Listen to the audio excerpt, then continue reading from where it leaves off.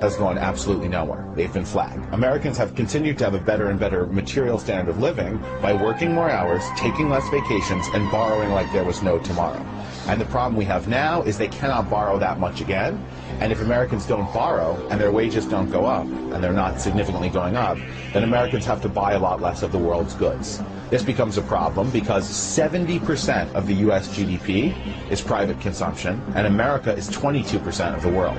That basically means 15% of the economic activity on this earth is American private consumption. If that turns down, which it has, and if it stays down, which it likely will, this means we've basically pushed down the level of economic activity for all 6.2 billion people on Earth.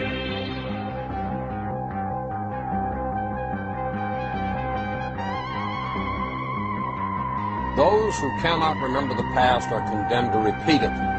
David Walker's the Comptroller General of the United States, the head of a nonpartisan government accountability office, and he says that's a warning that's worth heeding. In a recent speech reported in the Financial Times, Walker says the United States could face the same fate as the Roman Empire if we don't change our ways, and soon. Walker says the U.S. is on a, quote, burning platform. Our overstretched military, growing debt, underfunded health care, and lack of immigration policy could all contribute to our downfall unless we summon the national will to act. We've known about and ignored most of this stuff for years. It's just that now, according to Walker, the window in which to fix these things is beginning to close.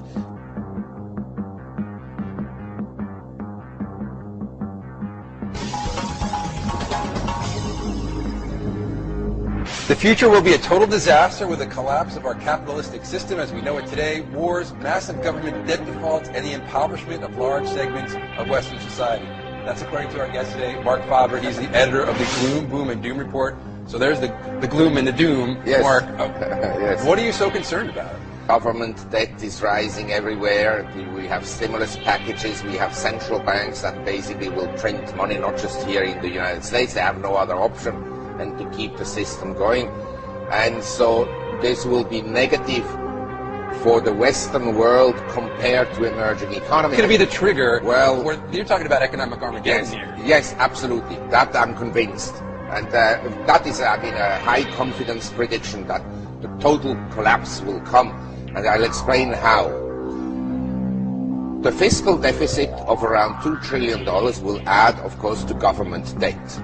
It will be, in future, very difficult for the Federal Reserve to increase short-term rates because then the interest payments on the debt go up substantially. What is it like when capitalism collapses? What happens? Well, when it collapses, essentially, you have a currency reform, that old money is then called back and you issue new money. So the dollars, so we get new dollars. It's going to be probably Zimbabwe. at some... When? Well, I think for the next crisis, which may happen in 3 years or in 5 years or in 10 years.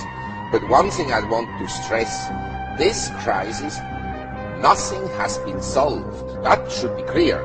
The private sector, which is trying to deleverage, is offset by the government that is leveraging up. In other words, you don't reduce debts, you just essentially pile up on more debts, even more debts. And the problems haven't been solved, but they've been